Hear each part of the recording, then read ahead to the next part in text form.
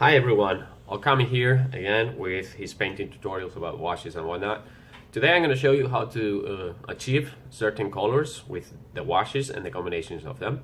But before that, I want to show you what colors you should be getting as a basis, okay?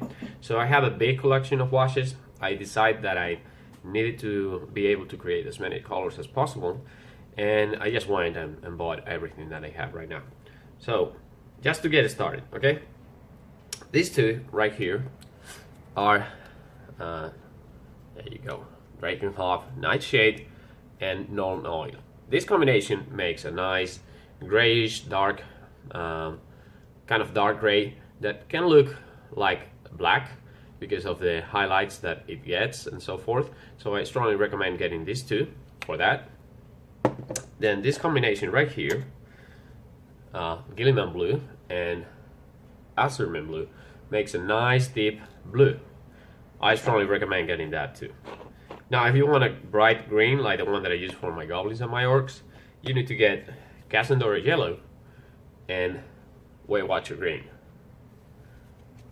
In order to get some kind of rich red with some oranges hue to it, you should get Blood Letter and also Fuegan Orange. These two will work well together. For purples and things like that, you should be getting both the Blood Letter one and Cardboard Crimson for a kind of reddish purple, and for a deeper one you need Druchii Violet. Now browns, there are several different ways of doing them, but the one that I like the most is usually this one, the one that goes with Seraphim Sepia, and as you can see I use a lot of it, and then you just shade it with Agres Earth Shade. Or you can go in different combinations and just do Seraphim Sepia, Raglan, and if you are lucky enough to have some of these, this will create several different kinds of browns that will work perfect. But these inks, they do not, you're gonna find them for sale anymore in regular stores because they are not produced anymore. The old Citadel washes, they are outstandingly good for the effects that you're going to be doing. So try to fetch as many of these as you can on any color. It doesn't matter. You can find ways to make them work. So I strongly recommend doing that. Greens, well, other greens that you can work with are these ones. And get as many of those as you can, because you will find ways to make them work. Okay? All these shades, washes, inks, try to get hold of as many as you can. That's exactly what you need. Buy as many of those as you can. And sometimes it's a good idea, yes, because of the way that the company that makes them works, just to stock yourself with a couple of bottles, because you know in a couple of years, or maybe even before that, they're going to discontinue them and you're going to need to use them. So is the case with Azurman Blue. Is not made anymore, so I had to go on eBay and wait until one of these bottles came for sale from someone else and pay a ridiculous amount of money for it, because it is not made anymore and you will not find it in stores. Now other things that you're gonna need to paint, of course you're gonna need a couple of good brushes. Okay, make sure that you keep them like this brush here has 2 years of usage. 2 years, okay? And I've seen people that make them go look like this within a couple of weeks. Okay? So it's really important that you clean them after every time that you use them, because most of the washes will leave a lot of residue around here on the rim. And in order to do that, I strongly recommend that you buy some soap, like this one. This right here is a brush cleaner soap. You can buy a big one of these, but it's not worth it. I mean, for the amount of soap that you're gonna use every time that you clean a brush, you can use a small sampler like this one, and they go for like $3 or $4 on eBay, and you can use these to clean your brushes.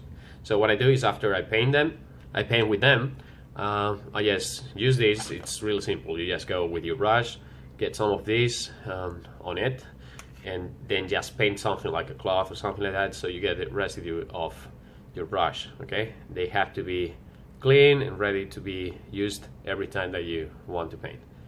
And it's really important that you do. This is gonna be something shocking for some people. They do it with their fingers, but I usually, after they clean them, I just lick them and make them go pointy like that. They have to be like this. They have to be like that. So it's a good idea that you keep one of those plastic covers that they have, so you can store it like that, and they will never bend and they will stay that forever.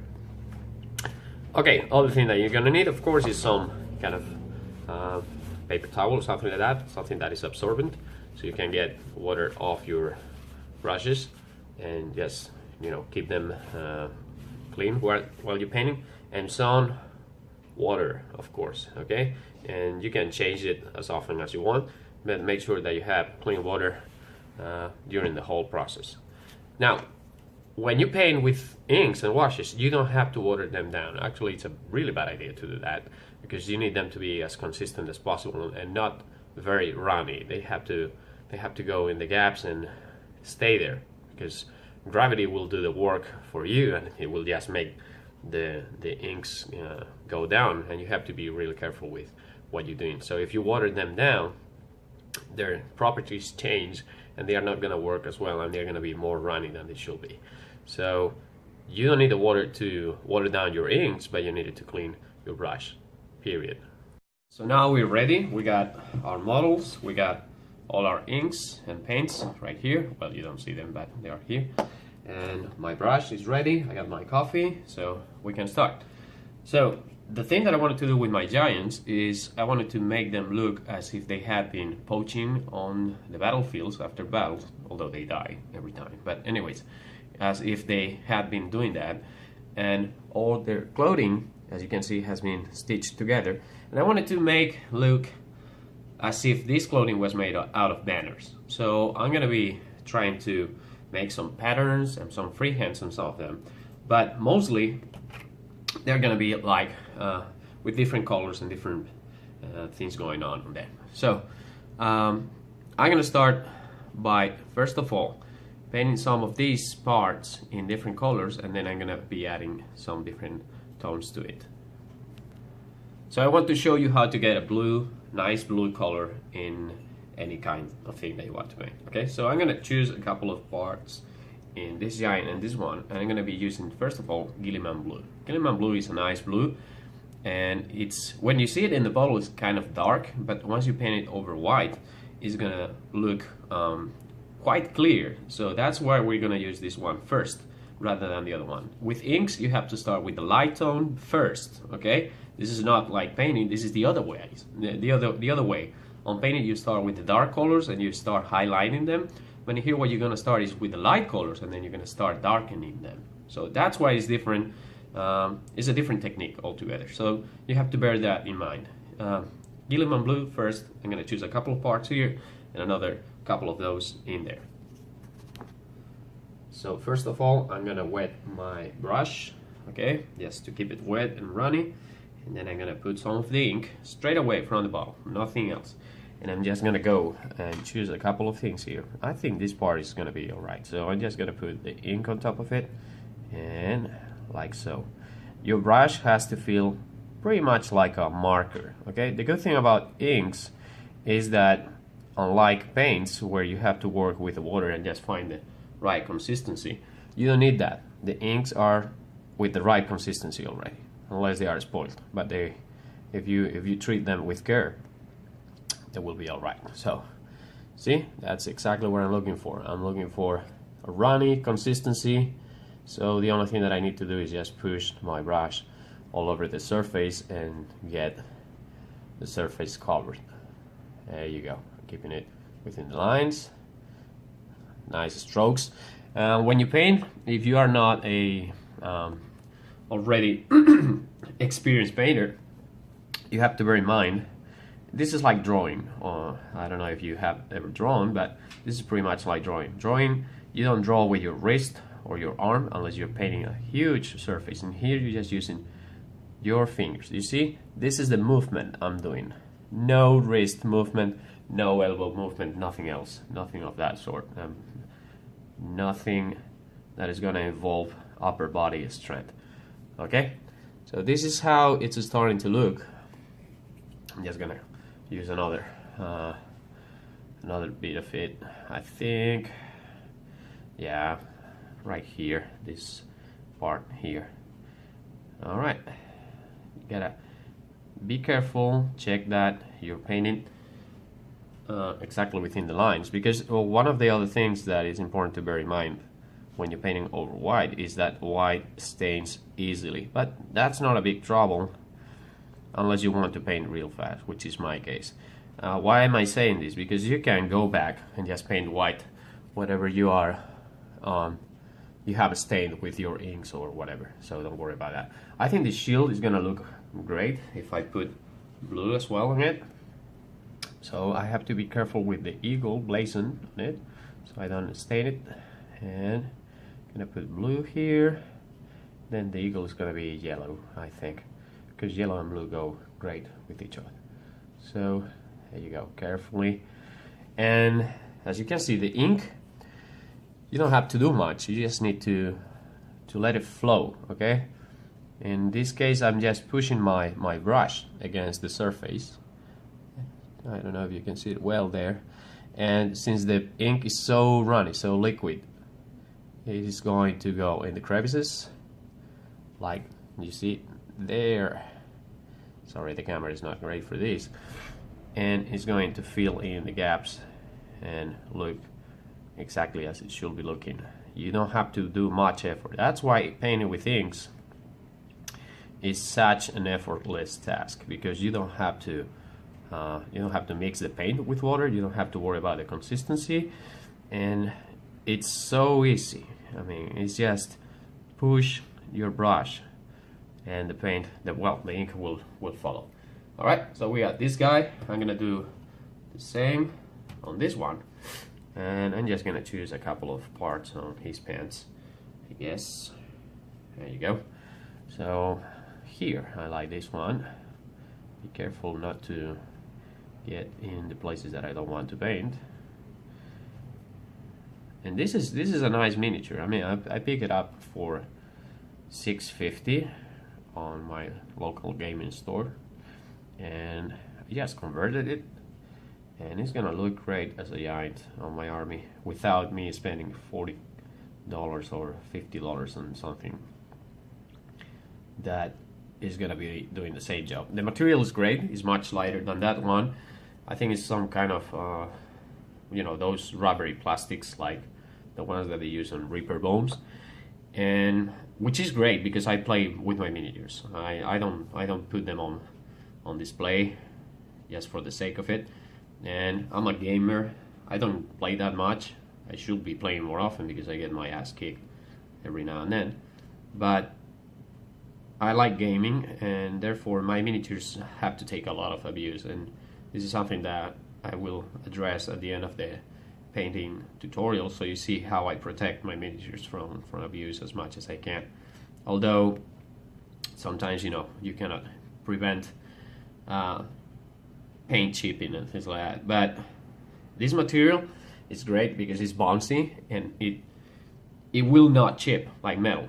Metal has that problem, but this one will not. So there you go. Okay, now you're gonna see, silly me, got my fingers on top of that, and I got some of the ink off, and there you go, fixed. It takes a while for them to dry, so we're gonna wait a little bit, and in order to wait, what we do is just choose another color and repeat the same procedure. Now, the next one that I want to do is maybe some kind of red somewhere. So I'm gonna start with this one, blood letter, and I'm gonna choose some of the parts and pieces that I want to work with. So for instance here, okay, let's do this small part here. Blood letter is probably one of the first glazes I ever used, and I was so impressed of the way it works that this was part of the idea of how to paint my orcs and goblins. I say, if I can do green and things like that, like the way I work with block lettering in other of my miniatures, I'm pretty sure I can paint my orcs real fast if I can figure out a way. Okay, here, as I said, I wanted to create like some patterns and whatnot, so I'm just gonna make some lines going sideways and create a pattern out of that. So it looks like he has been getting some banners and he has used them to make his clothes out of them. There you go. Yes, a couple of lines, that's it. That's it. Okay, another bit of red here. This giant is, in my opinion, the best giant Games Workshop has ever sold. I think it's one of those models from that other company. I just don't remember the name of it right now. The Citadel, they were Citadel, or that was basically Games Workshop, and there was another one who made models for them during the 90s. And this, in my opinion, is the best giant they ever got. Just like most of the models from said company. I will probably remember it because so many of the miniatures of that era were the ones that I love the most. So, and these giants go for really expensive, a lot of money on eBay if they are in good condition. But my friend Brandon sold it to me for a ridiculous price, and I appreciate that. Thank you, Brandon. And I think he's my first subscriber ever, so I'm pretty sure I'll have to do something for him as well on that. All right, a little bit of red here. And after this, we'll choose another area of the miniature and yes, put some more color in those. And that looks great as it is right now. A little bit more red here. There you go. Bam. I think I'm gonna put some more here. Yeah. So I used my giants yesterday in my games. I wanted to try them. And I don't usually like playing with miniatures when they are not painted, but I was so eager to see how giants fare against my opponents. And I came across a couple of situations that I didn't know could happen. One of them is when you roll bellow. Bellow is one of those results. Giants, you know, they have those crazy kind of attacks, so they have to roll on each phase, combat phase, to see what happens. And on one of them, my giant bellowed, and it says that you cannot do any more close combat attacks during that phase, and whatever is left, it doesn't happen. But the problem is, okay, what about stomps? Stomps are special attacks, and it was kind of confusing. So we decided that they will not be able to do stomps. They will win the combat automatically by 2. But it's kind of confusing for me. Maybe I didn't read the rules right, because stomps are considered special attacks, and the rules about bellow say that they cannot do any other close combat attacks. So it's not saying anything about special attacks. I guess it's unfair, since they are winning the combat by 2, to let them do thunder stomps or stomps. But it would be awesome if it could be like clarified somewhere, so we know how to use this properly and not give any grief to my opponents about how it should be done or whatnot. All right, let's do this here. Let's make some straight lines coming from the top side like that, as if he had stolen the same banner as the other giant. He just sewn it in a different manner. There you go.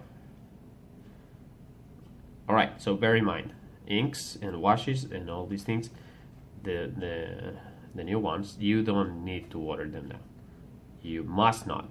You must keep them as pure as possible, straight out of the bottle. Just paint with them they will follow your instructions real well. Okay, they are not meant to be watered down. This is the way they work, and you don't need to put anything on them. And if you need to water them down, I think the only thing that you should be using is Seraphim. No, sorry, crap. What is the name of that thing? Lamian Medium, I think. Medium. Lamian Medium. And yes, mix that with them. But as they are, they work just fine. Look at that. Okay, I haven't given it any more tones. Crap. But you already see how you get highlights and shading just by using them like that. Okay. I'm gonna start painting some yellow here and there.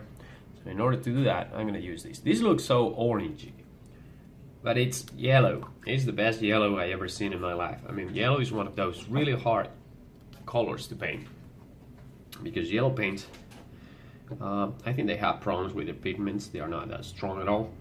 So you have to work a lot to get nice coverage, and you have to get a lot of layers and highlighting and whatnot. But this is the easiest way ever to paint yellow color, by far.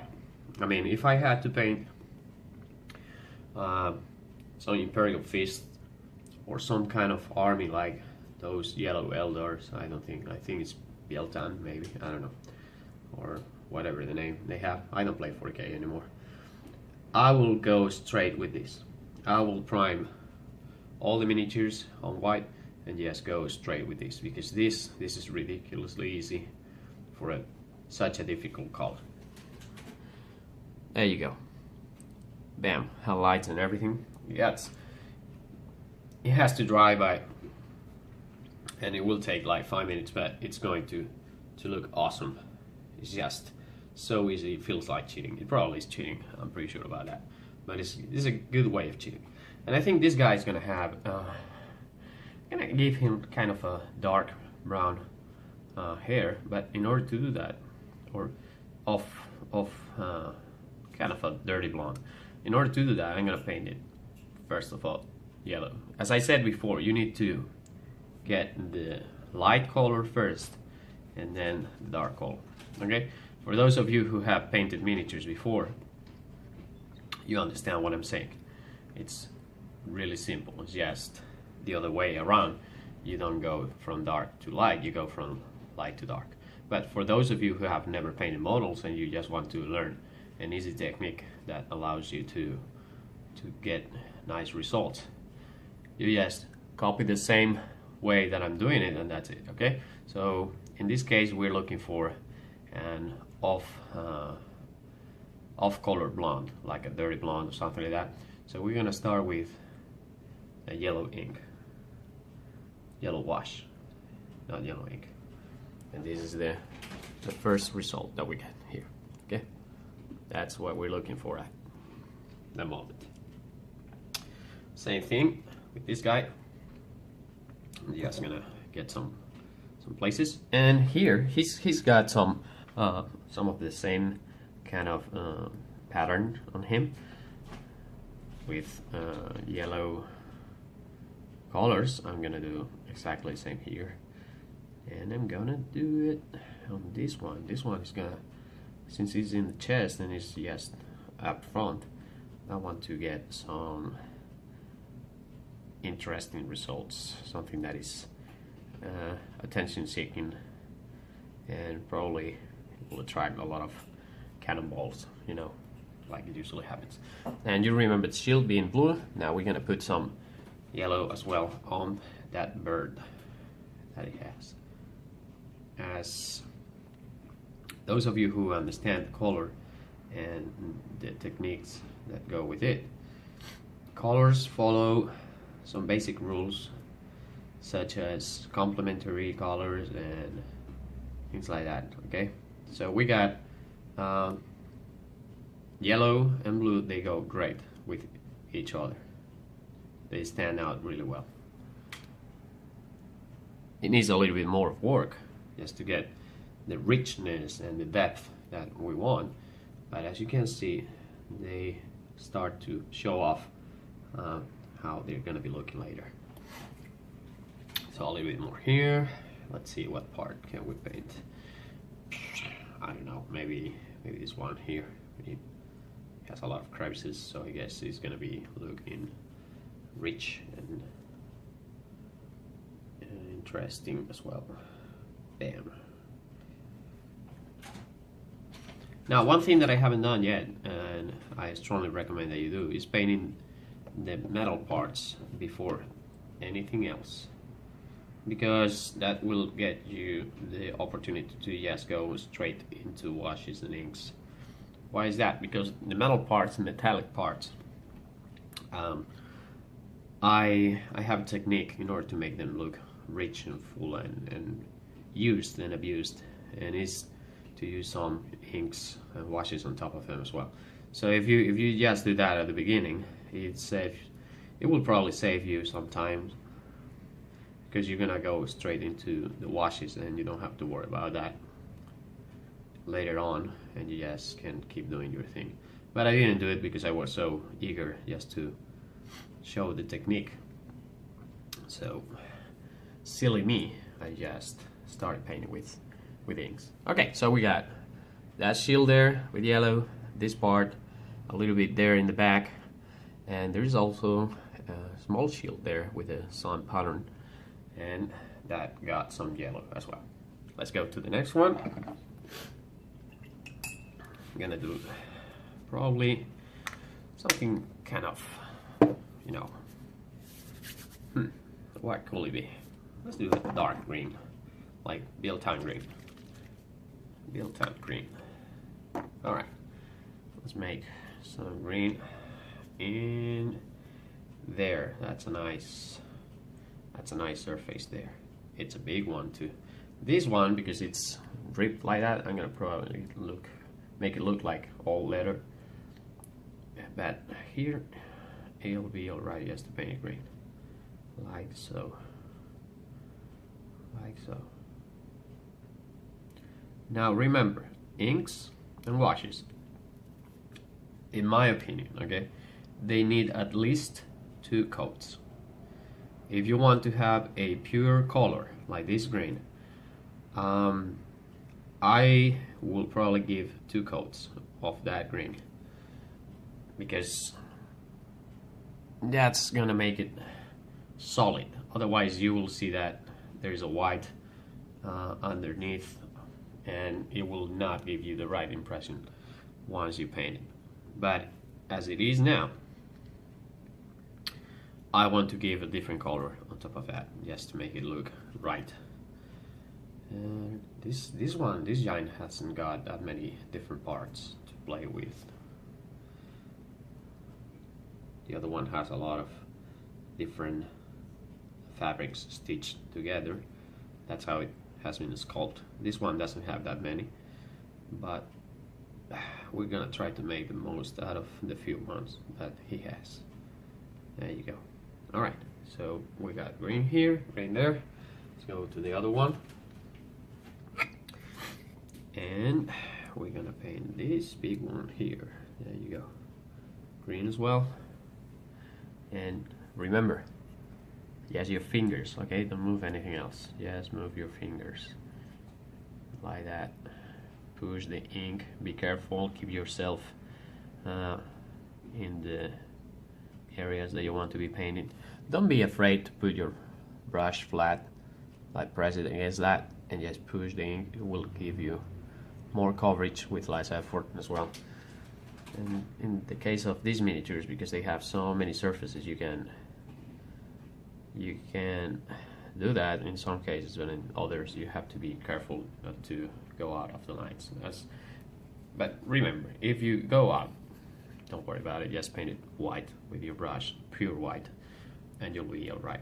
Alright, here, all this, yeah, this big part here, this is gonna be green. It's gonna look great besides all these colors. So this is like the old Thraka green. Thraka was the name of it before they changed, once again, all the paints and inks. They change color so often, it's pointless just to try to remember the names of everything, because you're gonna have to remember new names every few months. and it sucks. They used to have really down-to-earth colors back in the day, like Goblin Green, and I'm an old guy, okay? I have to memorize so many things for other stuff that I have to do for my living, and I like to keep in mind as few things as possible so I can focus on more pressing matters. So remembering new names for inks, things like that, and washes and paints, and it's a pain in the ass. So I think if I ever have to buy paints again, I don't know, I will probably stick to something like Vallejo or Vallejo, which is a really good brand for paints. It's Spanish, by the way. So but as I said, Games Workshop used to have a really down-to-earth range with, you know, names that everybody could remember, and nowadays they just change the names just to be branded the way they want them to be branded, because Vallejo pretty much ripped off all their names and just made paints which were similar in tone and color, but they were a little bit cheaper, the bottles are better, and in certain cases they work much better than Games Workshop. So I think that Games Workshop just started changing the names for the sake of it, and that pissed me off. Alright, I'm gonna take a pause, and then I'm gonna work on these colors so I can show you how to get like the 4 basic colors, in my opinion, which are you know, red, yellow, blue, and then the green one, which is not basic, but it's a really common color. I'm gonna show you how to achieve some deep hues and deeper tones just by using another combination of inks on them. Okay, so I'm gonna be working with the blue. As I said before, we were doing Gilliman blue, okay, and this is how it looks now. It looks okay, but at the same time it looks fake. That's why you need 2 washes at least, okay, because the second one is gonna give it richness and depth, and is gonna make it solid. Now you have 2 options. If you have these, great, this works, yes, perfect with these things, okay? Blue and this one are, in my opinion, the perfect combination to get a deep blue, okay? So it will be Gilliman and Astromin blue. If you don't have these and you don't have access to these, you could try this one. This one, I think it will work just fine, but I'm gonna be showing you how it works with this and then with this one, all right? So first of all, let's start with Astromin blue, and I need to keep it open.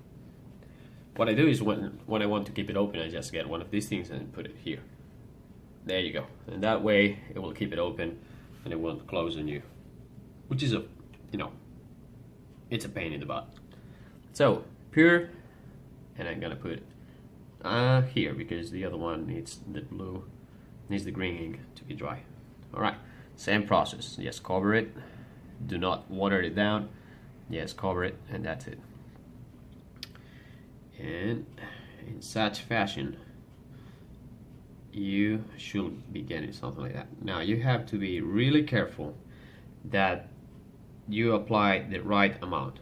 A lot of it is gonna darken it. A little bit of it is gonna make it look kind of weird. Just the right amount.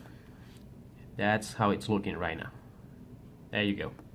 Rich and deep. I'm gonna put it here too. There we go.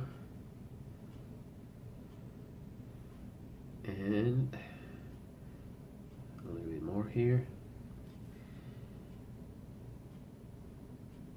There we go.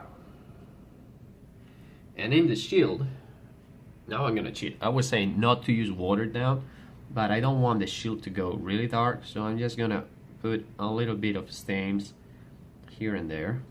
So I just put a little bit of water on the ink, but I'm not painting the whole thing. I'm just putting droplets where I want the inks to go, like extra shading beneath the wings of the vulture or the eagle that you have there, and the small damage that it has.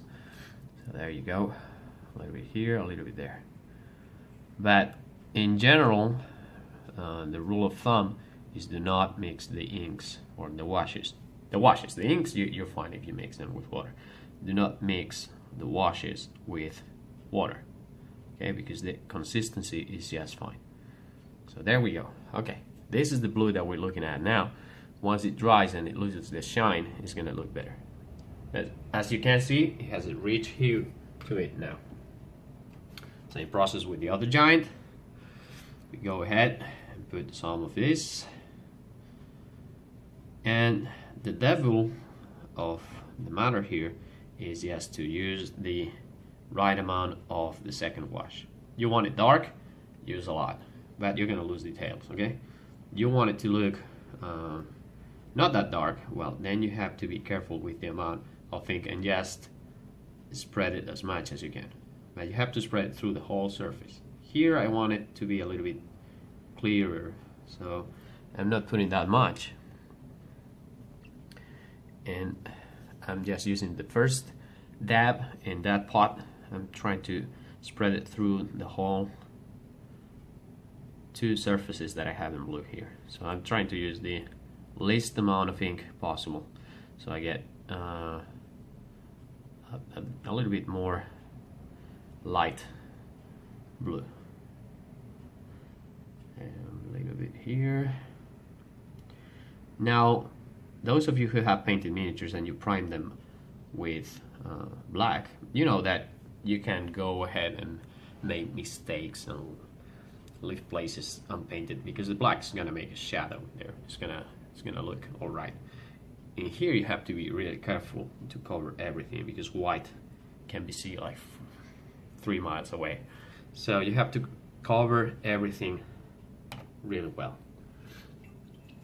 Okay, so I said I was going to use Dragonhof and I didn't, silly me, but I'm going to show you how to use it for something else. Dragonhof is a great way to start a grayish black color, okay? I use it for my night goblins and it will work just fine here. So I'm going to find somewhere what I want to get that kind of rich gray color that will look dark enough to fool you and think that is, yeah, it's a black color. So I think right here beneath that horn is gonna look all right. There, just push it, as we said before, push your brush through the crevices and you will get the wash flowing where you want it to flow. Now, when I decided to paint my orcs and goblins, and I was researching about the colors that I wanted to use on them, I focus on trying to win paint awards on tournaments. My thing is not gaming. I'm a average or low average gamer. I have good ideas, but I don't know how to implement them, I think. So, but I get most of my points out of how to paint, out of painting miniatures, and that's what I focus on most of the tournaments that I attend to. I want to get a first place or a second place on painting, and I put a lot of time on doing that. Not only painting, I know the trick to win those prizes, and the trick is usually to make everything look shiny and colorful, so it attracts the attention of the judges. Okay, I know people who paint well, really well. I mean, much better than I do, but their miniatures don't show off. Okay, there are miniatures that could go into Cool Mini or Not, that website where you put your miniatures and show to other people, so they give you some grades on that, and they will be getting 8s and 9s in that website easily. But when you play tournaments, people will look at the overall effect of the army, and the overall effect of the army is it's very difficult to achieve something that looks realistic and at the same time that rakes up the prices, because most people who judge these places they have usually a limited amount of time to do it, and not all of them are great painters themselves, so they just go to the flashy things. And in my opinion, what you should be focusing on is just get something that is attractive, something that attracts the attention of the judges, and you will be all right by doing that.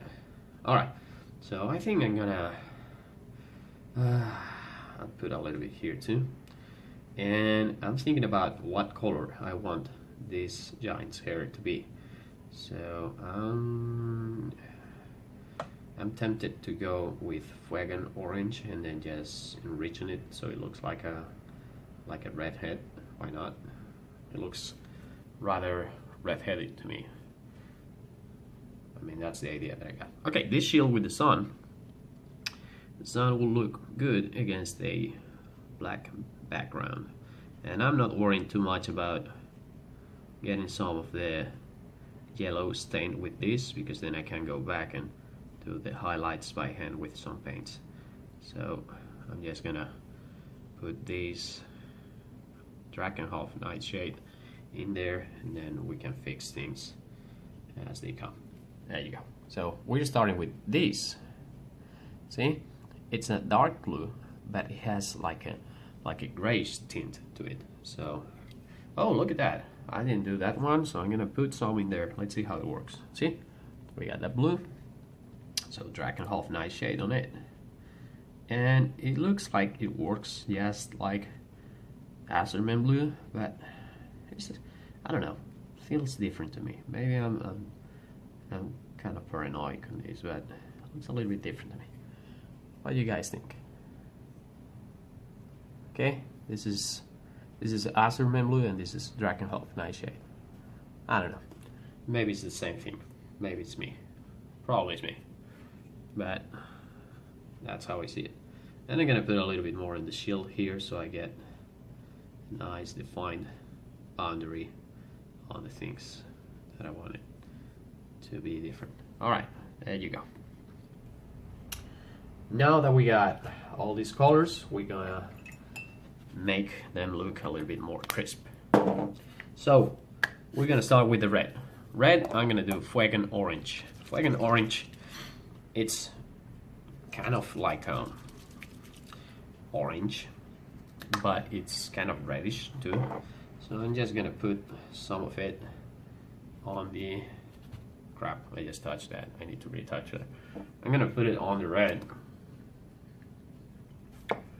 so it gives it a deeper tone to it. Let me fix this real fast. Okay, my big thumbs and fingers. So it goes to show how experience doesn't count whenever you have such clumsy fingers. Okay, let's start with this guy. So we got all these red zones around here, okay? And I want them to be a little bit more deep or rich and richened. And I'm just gonna put these here and these here. It's the same thing, just painting over the previously painted things with the block letter red. Just like that. And okay, it starts to look good. This is how it's looking now. Since the inks and washes go into the crevices, what you get is a multiplier effect. Okay, you get some enrichment on the higher parts of the miniature, so it covers up the white, and at the same time most of it will go into the deep areas, which will create a darker effect on where you're expecting to be darker as well. There you go. So you got a rich hue of red there now. Okay, now let's do that same thing with the other giant. Hopefully I'm not gonna touch anything now. And I'm gonna use it here because as we said, they have the same banner stolen. And there we go.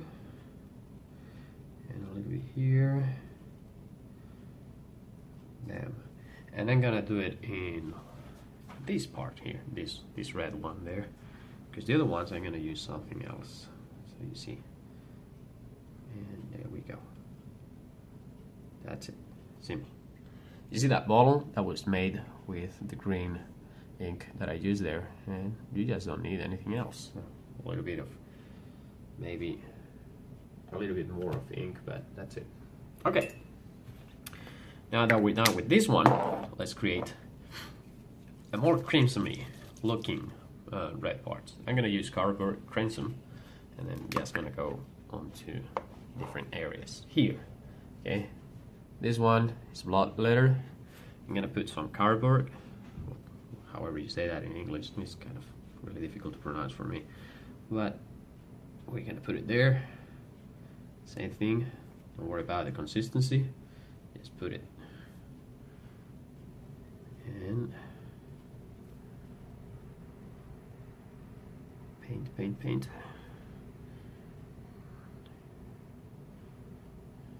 Nice and rich. I want it to look rather crimson, so I put a lot of this ink or wash so it covers it well. As I said, depending of the consistency of the amount of the ink itself, the final result will change drastically. So you have to decide how much do you want the color to change. Do you want it to be showing the previous color, or do you want it to change into something rather different? So here I'm putting a lot because I want it to look more burgundy. This is how I'm doing it. It's just putting several droplets of this color. Alright, so this is how it looks now. As you can see, it's a different color. It's not that light red anymore. It's quite different. So I'm gonna put a little bit more here in the lower side of that fold that it has, but it creates shade. There you go. See? Okay, and in this giant we had some other parts. Okay, so let's notice here. Okay, we got this red, which is with the fuegan orange, and now I'm gonna put it, the crimson, I'm gonna put it right there, so you can see a rather different contrast. As I said, okay, the first color is, let's say, the soul. Okay, the first wash that you use is like the soul of the thing. This is how it's gonna be represented, and the second one is the one that changes the whole appearance. It's like the body. Okay, so body and soul. The first one gives you your personality, and the second one gives you your final appearance. Okay, there you go. So two different colors because of the shade that you use on the second time. Same here. We're gonna put same thing here. Now this is applicable to everything. I haven't done many experiments where I use different colors, like, I don't know, green and this. I don't know what you will get, but I suspect that if you use something like green and crimson, you're gonna get a kind of brown tone, which defeats the purpose of what I'm trying. I'm trying to get bright colors, and I don't want them to be dirty looking. I just want them to be popping, so I get a, you know, an attractive appearance to them. All right, how to do black now. Now remember, we used Drakenhof, Nightshade, and this is the soul. Okay, this is the grayish area that you have in here, those grayish areas. Okay, but as you see, it's kind of off. It's gray, but it's not there. You can use these. I mean, I guess some people would like to have that color. I certainly use these for rocks. Okay, and I had some rocks and I didn't paint them. So if I'm doing like stones and things like that, I will use these straight away and nothing else. I sculpted these with some cheap epoxy putty, and you just put these on top of that, and you got a nice rock painted. And as you can see, this will take me more than 10 minutes to paint the way that I used to do it before. I will go prime black and then maybe dry brush or maybe highlight with different grays and whites, and just the process of getting opening the pots and getting the right amount of paint on the brush and all that, and waiting in between coats and whatnot, it will give me it will take some time. It will give me some time to drink a coffee or two, but I'm done. This is it. I don't need to do anything else to those rocks. So in the process of painting rocks, I've saved like maybe 10 minutes, and everything amounts. I mean, if you want to play with your armies and you're spending, like myself, a lot of time painting them, because I don't like to play with unpainted miniatures. This was a fluke yesterday, me playing with giants being unpainted. It is a fluke of my ethos in the way I think. And so when I got these orcs and goblins, I said, I'm not gonna spend that much time painting them. It's a big army, it takes a lot of miniatures to play with, and I just want to be playing tournaments this year with them and hopefully be winning some games, if ever. There you go, rocks painted. Sorry about that, I forgot about them. I will have to come back to certain places in these miniatures, but for the purpose of the video, this is good enough. Okay, so the black. Okay, so we got the Drakenhof Nightshade, and now we're gonna use Nuln Oil. Okay, why not use Nuln Oil straightforward? Some people might say, well, if you want to paint it black, why don't you just paint it with Nuln Oil and it will make the grays? It doesn't work. I tried that. It doesn't work just as fine as this one. Okay, and all my night goblins, or cave goblins as they're called now, all of them have their tunics painted this way, and it, in my opinion, it just creates the perfect you know, heavily used cloth that originally was black, but it became faded over time, and you can see how the black is not as rich as it used to be. Okay, and this is what we are looking at right now. A little bit on the shield before I forget. I have to this looks so familiar. I don't know where from, and I just need to paint it yellow and black for some reason. I think it's like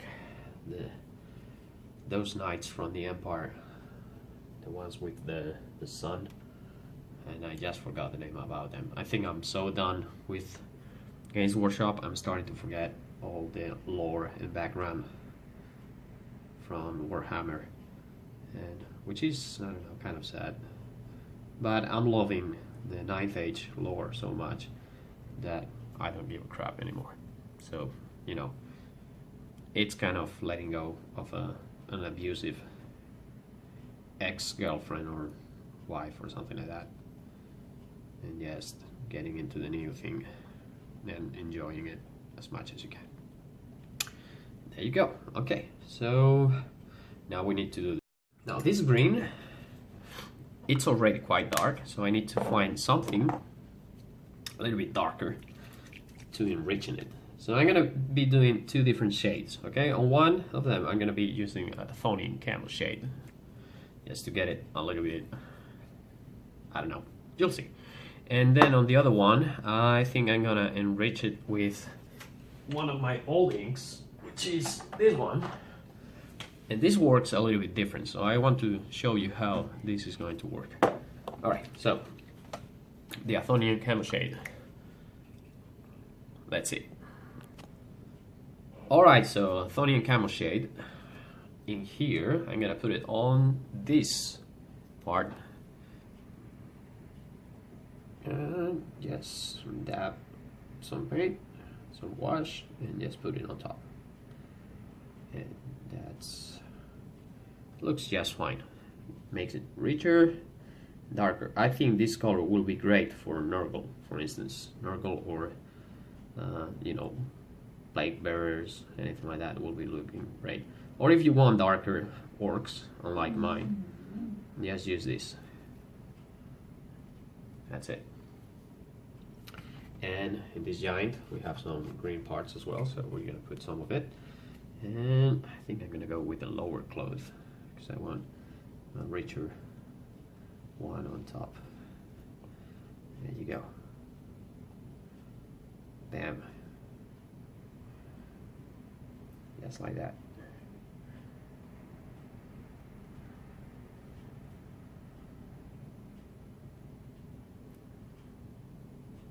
Now you have to be careful with your washes because they have a tendency to melt previous coats. Okay, if you are kind of violent when you paint and you try to drag your brush by pushing on top of the previous coat, you will see that by virtue of how the inks are made, they probably work in a way that they melt the previous coat. That's the best way to describe it. So be careful, and when you put the second coat, you see that small white thing there? That's where the previous coat was melted. So be careful when you put the second one. It works well sometimes, but be careful, okay? Now this one, this is an ink, and inks work different. They have different consistency. So these ones you should be watering them down a little bit. Just gonna put on top of the previous coat. This one doesn't melt anything. This is just straight away, and it gives a really rich green color on top of that. So it's multiplying the effect of the previous green 20-fold. It's gonna be really dark and rich now. There you go. Now this one shine. I use varnish and matte varnish like that for my miniatures, but this one shine. See, two different hues there, two different ways of getting the same nice result, but with two different colors altogether. I'm just gonna use it here too. So we get a nice green cloth there.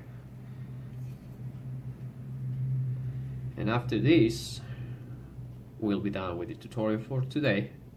I'll show you some pictures of the miniatures themselves with nice color and a little bit more of definition than what you're getting from my camera, so you can judge for yourselves of the results. And tomorrow I'm pretty sure I'll be putting up something else about, or maybe today if I want to keep doing this, I don't know, with the results of the experiment.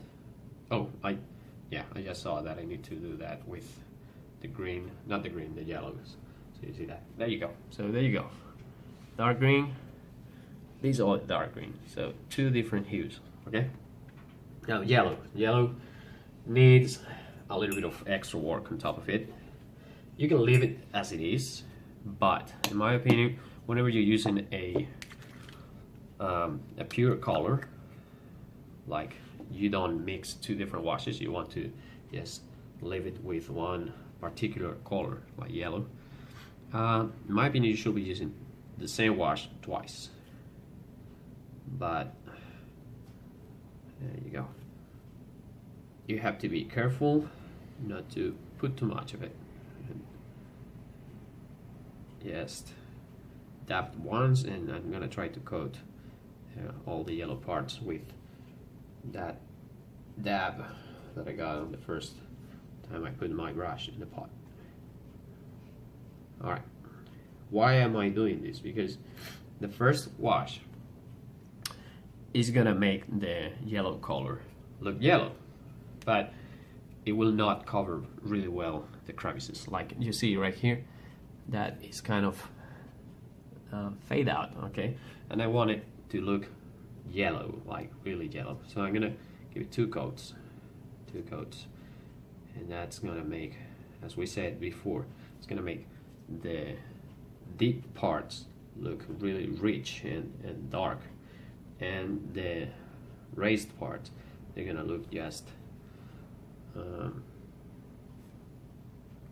perfect, because they will get two coats and the yellow will look perfect now. Okay, there, this guy is done. And we're gonna go back to the other giant who had some yellow parts as well. Like these pants, and they don't need that much because we got it right the first time, but just for the sake of being a little bit better, we're gonna give it another coat, and that's it. And we said that we wanted to get a dark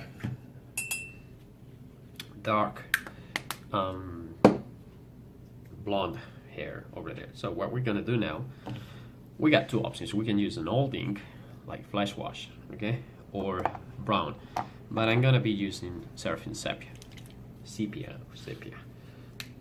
and that's what is gonna make this hair go a little bit darker.